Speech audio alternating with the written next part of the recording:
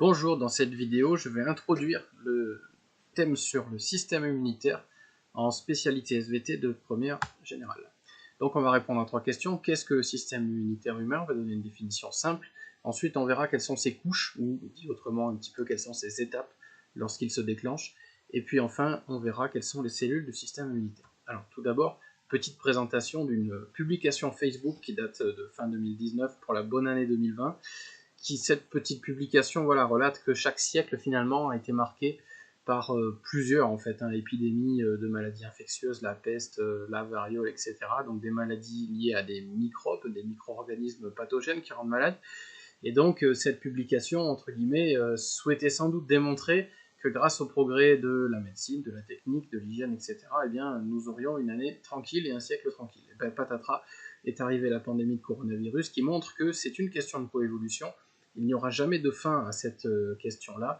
Nous évoluons, nous coévoluons avec des micro-organismes pathogènes. Et clairement, en la matière, malgré tous nos progrès, il y aura toujours fort à faire contre les maladies infectieuses. Alors, qu'est-ce que le système immunitaire humain? D'abord, le système immunitaire humain, bon, il nous défend, on va développer ça un petit peu après. C'est un système, et il faut savoir que quand vous avez un ensemble d'organes, de tissus, de cellules qui concourent à la réalisation d'une même fonction, on appelle ça soit un système, soit un appareil. Quand on dit appareil, c'est par exemple le cas de l'appareil digestif, c'est quand les organes sont clairement délimités, connectés les uns aux autres physiquement. Là, dans le cas du système immunitaire, c'est quelque chose de diffus, les cellules immunitaires se retrouvent un peu partout dans notre corps, il y a un peu partout dans notre corps pour nous défendre, et heureusement, et donc du coup, c'est pas un appareil, c'est un système, pour cette raison-là. Alors, quelles sont ses fonctions? C'est simple, distinguer ce qui est à nous de ce qui n'est pas à nous dans notre corps, le soi du non-soi. Il y a des cellules qui font partie du soi et des cellules qui ne font pas partie du soi, on appelle ça le non-soi, et éliminer le non-soi. Alors, dans quelle situation il intervient? Évidemment, pour lutter contre des micro-organismes pathogènes, mais pas seulement. Et donc, je vais insister sur les deux autres points. Tout d'abord, le système immunitaire est celui qui est responsable du nettoyage des tissus abîmés, qu'on appelle les tissus nécrosés. C'est une fonction majeure. S'il ne faisait pas ça, notre système immunitaire, eh bien, nous aurions possibilité de développement de beaucoup d'infections justement sur des tissus qui ne seraient pas nettoyés. Donc voilà, le nettoyage des tissus abîmés, c'est une fonction majeure du système immunitaire. Et puis, le système immunitaire intervient aussi pour lutter contre les cellules cancéreuses. Et là aussi, il a une fonction majeure, le système immunitaire élimine énormément de cellules cancéreuses, entre guillemets, il tue des cancers dans l'œuf qui, du coup, heureusement, ne se développent pas. D'ailleurs, assez souvent, quand un cancer se développe, pas toujours, ça peut être clairement analysé comme une faiblesse du système immunitaire. Alors, petite parenthèse aussi, une allergie, c'est une réaction exagérée du système immunitaire contre une substance qu'on appelle à ce moment-là un allergène. Alors, quelles sont les couches de ce système immunitaire? Dit autrement, quelles sont les étapes de la défense?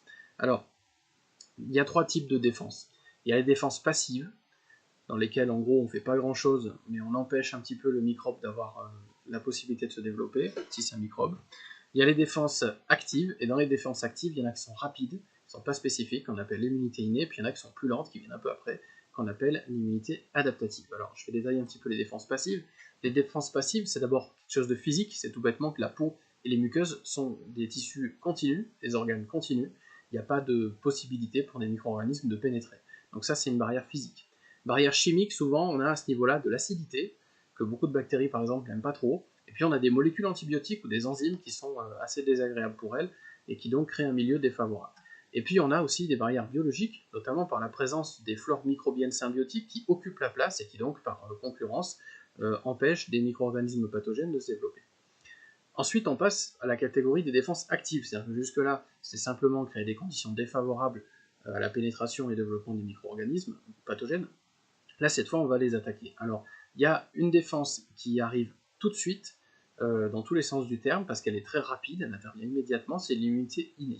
L'immunité innée, elle reconnaît en fait des motifs généraux de danger, c'est-à-dire qu'elle n'est pas spécifique.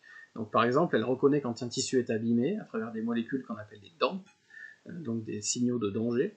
Elle reconnaît aussi par exemple des pathogènes à partir de molécules qu'on appelle les PAMP, qui sont en fait des composants généraux, par exemple, des choses qui sont présentes sur les parois des bactéries. Donc cette défense, donc, elle n'est pas spécifique. Par contre, elle est présente dès la naissance, donc même l'embryon réagit comme ça. Ça se reconnaît assez bien, puisqu'au niveau macroscopique, on observe des symptômes que sont la rougeur, la douleur, la chaleur et la grosseur. Et il n'y a pas d'adaptation à la situation au pathogène, etc. C'est stéréotypé, c'est toujours pareil, il y a toujours ces symptômes-là. Et puis, elle est très ancienne dans l'évolution, elle n'est pas du tout spécifique Elle est voilà, très fréquente, et d'ailleurs elle reprend en fait tout simplement des mécanismes par lesquels des êtres vivants qui étaient présents très, très tôt dans l'évolution tout simplement se nourrissaient, notamment la phagocytose. Troisième type de défense qui arrive chronologiquement en dernier, c'est l'immunité adaptative, qui est donc lente, c'est-à-dire plutôt 1 à 2 semaines après la contamination. Souvent, elle n'a pas lieu d'être, puisque les défenses précédentes ont fini le travail, ils nous ont bien défendus. Alors, les défenses de l'immunité adaptative, elles sont spécifiques, elles sont adaptées à chaque pathogène. Ce pathogène est reconnu, et il y a une défense qui est développée contre ce pathogène spécifiquement. Elle est par contre plutôt propre aux vertébrés, apparue après dans l'évolution. Maintenant, quelles sont les cellules du système immunitaire? Alors, il y a des cellules du système immunitaire qui sont essentiellement des cellules sanguines. Mais ce qu'il faut savoir aussi, je fais une parenthèse, c'est que l'immunité est aussi basée sur beaucoup de molécules, des milliers de molécules différentes. D'ailleurs, dans la suite, vous aurez à apprendre tout un tas de schémas où il y aura beaucoup de cellules, mais aussi un certain nombre de molécules. Alors, ce sont les cellules sanguines qui nous défendent, mais pas toutes. J'attire votre attention sur le fait que les globules rouges, qu'on appelle aussi, c'est synonyme, érythrocytes, ou qu'on appelle aussi chez l'être humain les hématies, n'ont aucun rôle dans l'immunité. Ce sont les globules blancs, qu'on appelle les leucocytes, qui ont un rôle et qui nous défendent dans le cadre du système immunitaire. Alors, je vais dire des noms comme ça, un petit peu en vrac, et puis dans les chapitres suivants, vous allez apprendre exactement à quoi servent ces cellules et comment elles sont interconnectées dans les réactions immunitaires. Mais dans l'immunité innée, on va retrouver les monocytes qui se transforment en macrophages, qui sont assez connus, les cellules dendritiques qui jouent un rôle pivot très important, les mastocytes, les polynucléaires, les granulocytes, voilà. Ça, ce sont des cellules qui jouent un rôle dans l'immunité innée, qui, je vous le rappelle, est rapide et qui n'est pas adaptée aux pathogènes. Et puis, dans l'immunité adaptative, il y a un type cellulaire central qui est le lymphocyte, les lymphocytes en fait, puisque vous verrez qu'il y en a plusieurs sortes. Alors, je nuance quand même cette description dans le sens où il y a des cellules de l'immunité innée, comme par exemple les cellules dendritiques, qui jouent un rôle pour activer l'immunité adaptative qui vient après. Et on les appelle d'ailleurs ces cellules des cellules présentatrices d'antigènes. C'est une notion que vous aurez l'occasion de développer plus tard, mais ça montre qu'il y a comme ça ce lien qui part de l'immunité innée vers l'immunité adaptative à travers toutes les cellules, comme les cellules dendritiques, qui vont présenter l'antigène, c'est-à-dire bon, une molécule de ce qui pose problème, donc du pathogène, à l'immunité adaptative pour l'activer. Dans l'autre sens, vous avez des cellules de l'immunité, je vais prendre les macrophages par exemple, qui vont être activées aussi, donc qui vont détruire plus facilement les pathogènes, grâce à la collaboration avec des cellules et des molécules de l'immunité adaptative, en l'occurrence par exemple des lymphocytes, et en l'occurrence par exemple des anticorps sécrétés par des lymphocytes B devenus des plasmocytes. Donc tout ça pour dire que ces couches que je viens de décrire, l'immunité innée, l'immunité adaptative, elles ont tendance à se suivre, bien sûr, chronologiquement. Il est clair que l'immunité adaptative vient après l'immunité innée, mais elles interagissent dans un sens comme dans l'autre, et elles finissent par être en parallèle à la fin, c'est-à-dire quand l'immunité adaptative intervient, l'immunité innée est toujours là.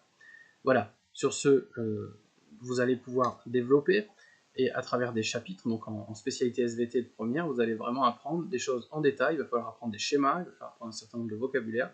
Donc vous verrez l'immunité innée dans un chapitre, puis l'immunité adaptative dans un autre, et enfin vous verrez un petit peu de la biotechnologie à travers l'utilisation de l'immunité adaptative en santé humaine, où vous aurez l'occasion de parler vaccins et divers traitements. Voilà, je vous remercie de votre attention. Au revoir.